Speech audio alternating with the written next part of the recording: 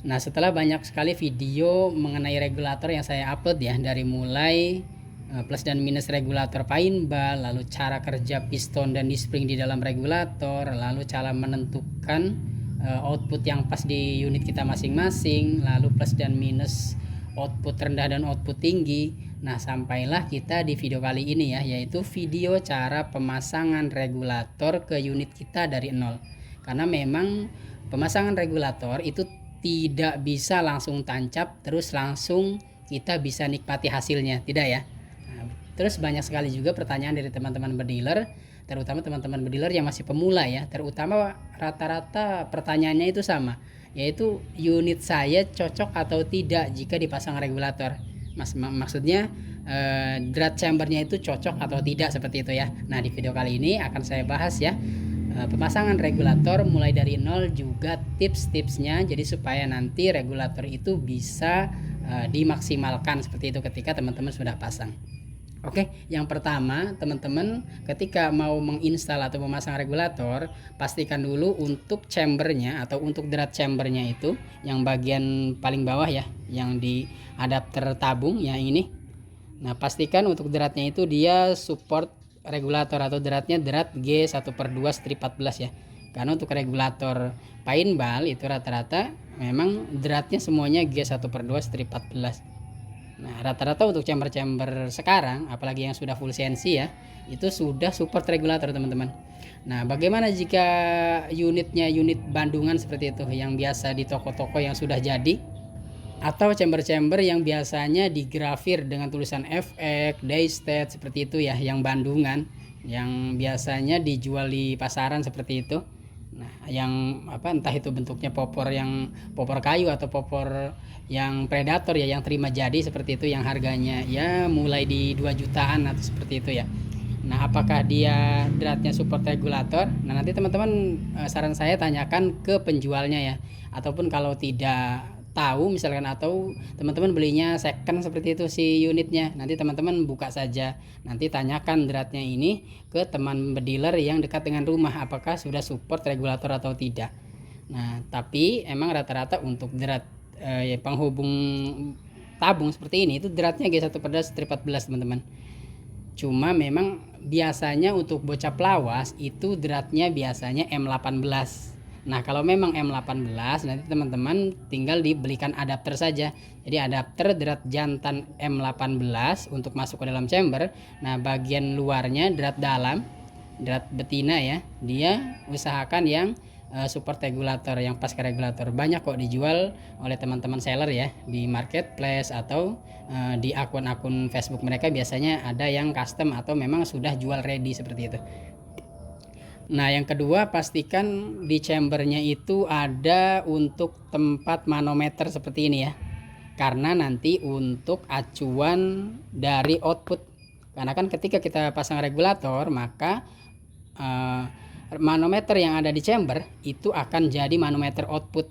Jadi manometer yang di regulator ini akan jadi acuan dari isi dari tabung. Seperti itu ya. Nah, seperti ini contohnya. Kalau yang chamber ini ya, dia ada ditutup valve ya adanya. Nah, kadang ada yang di sini kan. Nah, ada yang bisa di bawah seperti ini. Nah, bagaimana jika di chamber teman-teman itu tidak ada tempat manometernya atau tidak ada manometernya seperti itu? Nah, nanti teman-teman beli adapter seperti ini. Nah, adapternya nanti sekalian yang sudah ada manometernya. Nah, sekalian nanti kalau memang teman-teman menghendaki power lebih kencang lagi, jadi jangan cuma adapter, jadi sekalian nanti power plenum. Jadi power plenum yang sudah ada tempat manometernya seperti itu. Nah, contohnya seperti ini ya. Nah, jadi sekalian nanti si manometer yang ada di output itu dia untuk membaca output regulator seperti itu ya. Nah, lanjut. Untuk selanjutnya, jika teman-teman mau mengejar FPS atau power atau speed ya, pastikan jangan langsung install regulatornya ke chamber, tapi belikan saja untuk power plenumnya ya. Jadi harus ada tambahan power plenum. Nah, untuk power plenum sendiri nanti menyesuaikan saja untuk cc-nya. Jika chambernya sudah besar seperti ini, nah untuk tambahannya teman-teman tidak usah yang besar-besar OD-nya, seperti inilah. Ini kan OD-nya menyesuaikan dari tebal chamber ya, dia supaya proporsional bentuknya. Jadi tidak terlalu mentol seperti itu. Nah, kalau ini kan dia ketebalannya pas dengan chamber ya. Nah, dia rata dengan chamber seperti itu. Nah, ini saya pakai OD-nya dia 31 ya. Nah, ini makanya ini 331 OD-nya. Nah, ini nanti untuk mengejar speed. Nah, rata-rata untuk teman-teman berdealer ya yang biasa nyeting apalagi untuk jarak-jarak jauh yang pasang regulator itu biasanya walaupun di sini sudah ada extension walaupun di sini ada power plenum ya, power plenum bawah. Nah, rata-rata ditambah power plenum depan seperti ini. Karena untuk mengejar speed, apalagi nanti untuk teman-teman berdealer yang mau main suara-suara sonic-sonikan seperti itu ya. Jadi yang sonic, yang supersonic, nanti tambahan power plenum itu dan extension valve ya, itu nanti butuh sekali teman-teman. Nah, nanti videonya akan saya coba bahas lah ya, cara supaya teman-teman bisa mendapatkan settingan supersonic. Jadi suara itu cetar seperti itu. Nah, contohnya seperti unit saya yang ini ya. Nah, ini videonya nih. Nah, itu. Jadi untuk mendapatkan suara sonic seperti itu, nanti teman-teman butuh yang namanya power plenum nanti ya. Kalau memang mau install regulator seperti itu. Nah, setelah sudah menambahkan power plenum, nah selanjutnya barulah teman-teman pasang regulatornya. Tapi biasanya untuk teman-teman pemula menonton video ini itu posisinya belum beli regulator karena masih banyak pertimbangan ya. Terutama pertanyaan yang masuk ke saya seputar regulator itu dari headnya biasanya. Nah, biasanya Mas atau Om atau Kang, ini regulator bagusnya yang head stainless seperti ini atau yang hitam ya. Nah, jawabannya sama saja teman-teman. Jadi fungsi head ini sama saja, mau yang stainless seperti ini atau yang hitam ya, itu sama saja. Jadi nanti jawabannya atau pilihannya kembali ke teman-teman masing-masing ya, mau yang putih seperti ini atau yang hitam ya. Nah, karena saya ini kan banyak part-part yang warnanya putih ya, nah saya belinya yang putih seperti ini, yang head stainless ya. Nah, kalaupun teman-teman pengen yang full hitam, nanti ya beli yang hitam saja seperti itu. Adapun fungsinya itu sama saja. Nah, pertanyaan yang kedua biasanya seputar output. Nah, berapa ya nanti outputnya? Karena kan ada sekarang regulator itu yang sudah custom ya. Jadi tinggal pasang saja karena outputnya nanti minta disettingkan di sellernya atau di penjualnya. Nah, untuk masalah berapa output yang pas di unit teman-teman masing-masing, nah videonya sudah pernah saya upload ya di video ini. Nah, nanti teman-teman tonton saja videonya. Nah, mudah-mudahan nanti akan ada gambaran kira-kira berapa ya settingan output untuk atau yang pas di unit teman-teman seperti itu. Nah, sesudah itu baru teman-teman pasang. Biasanya seputar itu saja sih. Adapun manometer ini ya, nah biasanya ini opsi sih.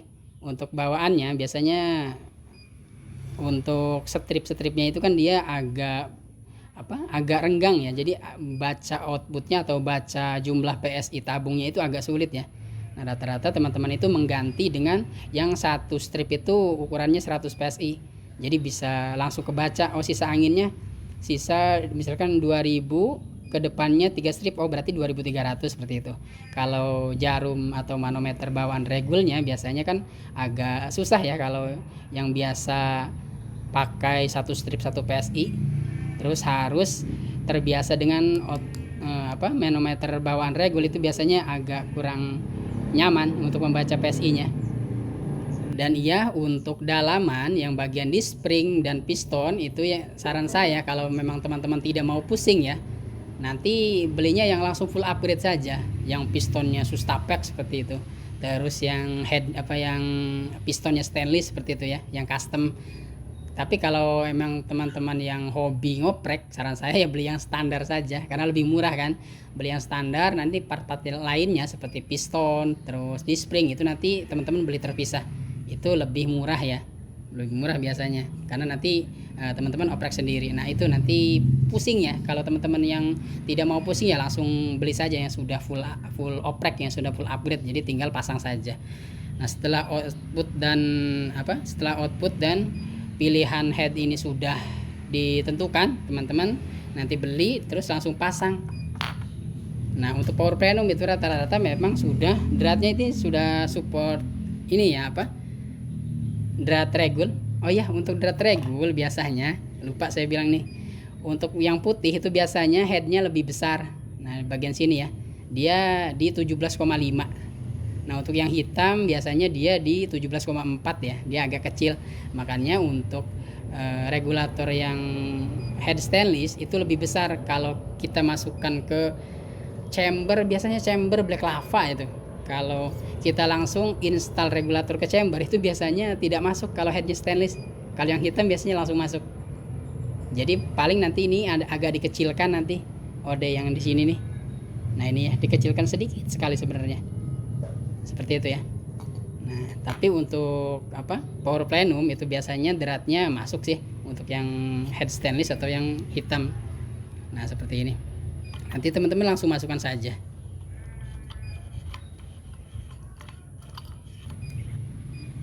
Nah, setelah mentok seperti ini, nah biasanya kan untuk teman-teman itu menginginkan regulatornya itu bentuknya V ya, posisi coupler dan manometer itu kan dia membentuk V ya, karena lebih bagus, terus fungsinya juga tidak terganggu ya.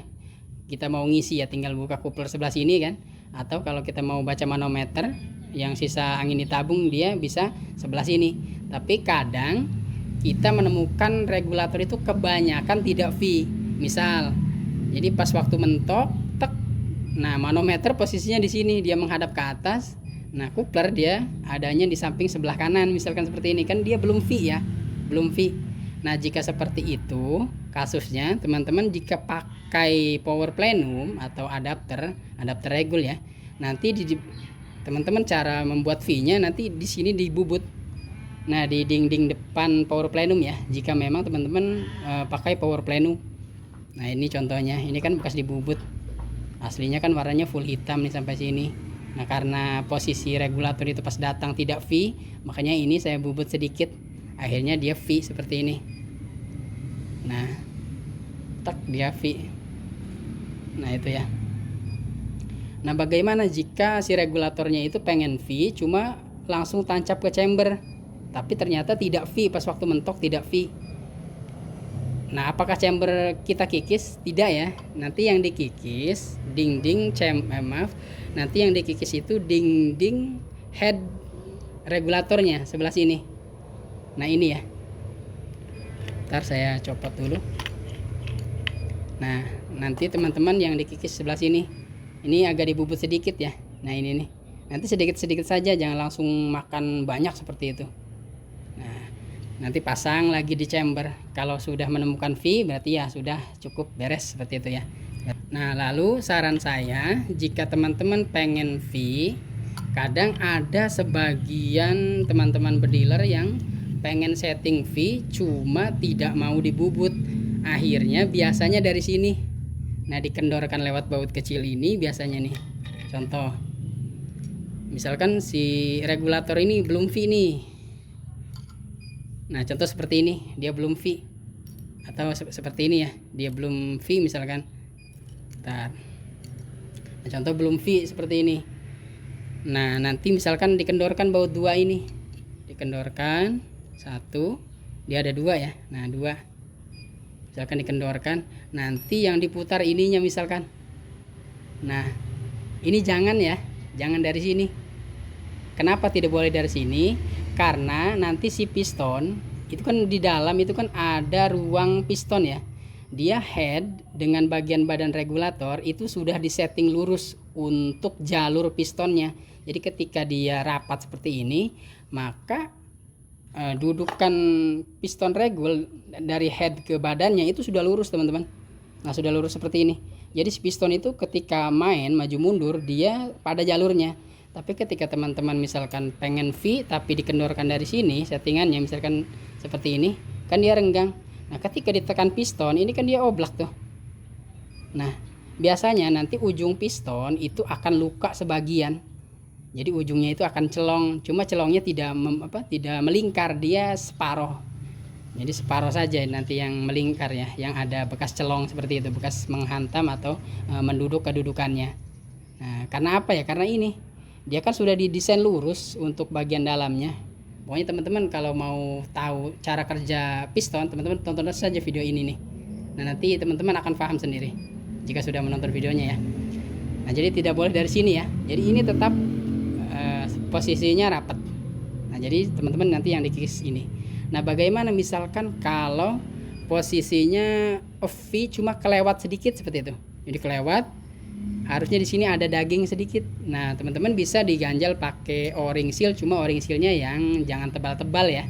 Jadi supaya ini jangan terlalu lewat.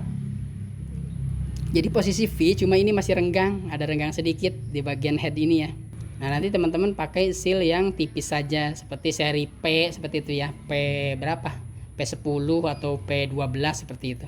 Nah, nanti pasang di sini jadi supaya regulator itu ketika mentok, nah di sini kan bagian space yang kosong ini bisa diisi dengan seal. Kalau sealnya tipis dia tetap aman, jadi seal di dalam dia tetap menutup atau menduduk kedudukannya. Nah, setelah V seperti ini, nah ini saya kencangkan dulu ya. Nah, setelah dapat posisi V teman-teman nanti bisa langsung pasang botol ke regulatornya. Tapi untuk teman-teman yang memikirkan untuk kedepannya ya, karena untuk perawatan regulator itu kan dia harus dirawat ya. Karena kalau tidak dirawat, kalau kita misalkan selalu isi angin ini dengan tekanan, nanti piston itu selalu bekerja, dia selalu menutup. Lama kelamaan biasanya nanti naik PSI atau naik outputnya itu naik ya. Nah, nanti untuk bagian video perawatan nanti akan saya upload ya di video selanjutnya lah, bagaimana perawatan regulator yang baik ya. Jadi supaya akurasi unit kita itu bisa terjaga, karena kerja dari regulator itu tetap bagus seperti itu. Jadi harus dirawat ya teman-teman. Nah, kalau misalkan teman-teman pengen nanti untuk perawatan lebih lanjut, teman-teman beli knockdown seperti ini. Nah, knockdown tabung ya. Nah, saya pribadi untuk knockdown itu lebih baik terpisah dari regulator. Walaupun sekarang kan ada regulator yang sudah knockdown ya, sudah knockdown, dia di upgrade dari sini biasanya dari bengkel bubut. Ini kan kadang dipotong ya, terus dibikin drat seperti itu, dibuatkan drat.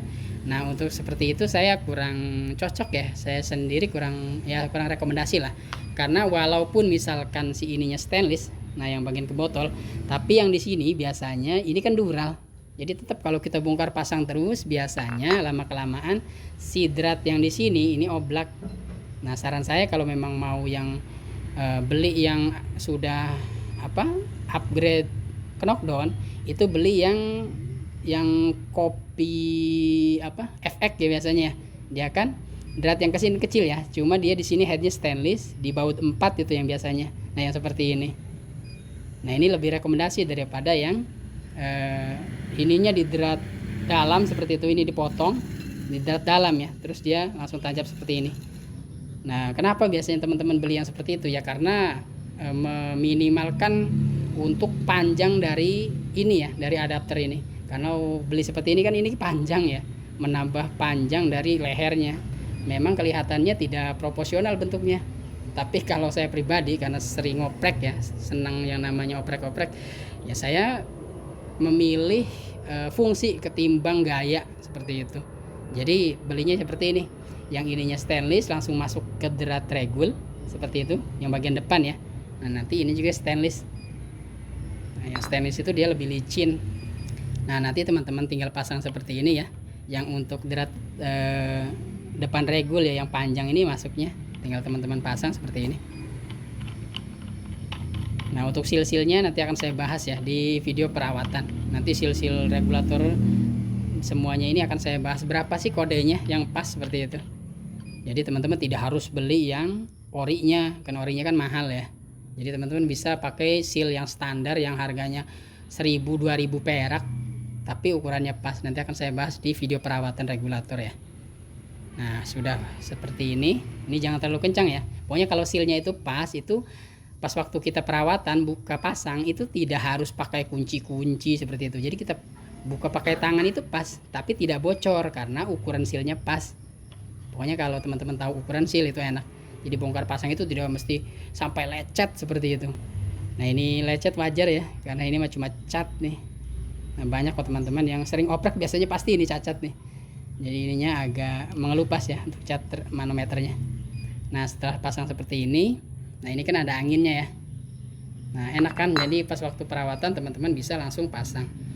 Nanti ini ditarik, nah dikokang dulu ya, jadi supaya posisi ujung valve tidak tertekan, jadi angin itu langsung bisa mengisi. Nah nanti tinggal pasang saja. Nah seperti ini ya. Nah ini 0 ya.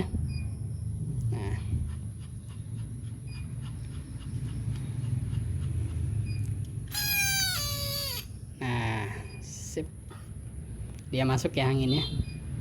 Ini di 2000, sekitar 2200 ya, karena di manometer ini dia satu strip itu dia 200 PSI bacanya ya, satu strip. Nah jadi seperti ini. Nah untuk outputnya, nah ini di 2300 ya. Nah ini settingan 2300. Nah misalkan kalau teman-teman pengen outputnya diturunkan, kan enak kalau pakai knockdown seperti ini ya, jadi tinggal buka saja seperti itu. Atau teman-teman mau perawatan karena disknya misalkan berbahan besi ya, apalagi yang disk coklat itu kan dia berbahan besi, dia kan kalau lama kelamaan berkarat ya. Kalau kita tidak bongkar, tidak perawatan, nanti kan mengurangi performa dari regulator ini ya. Nah nanti teman-teman kalau pakai knockdown seperti ini ya, tinggal teman-teman buka saja seperti ini. Nah sudah. Seperti ini.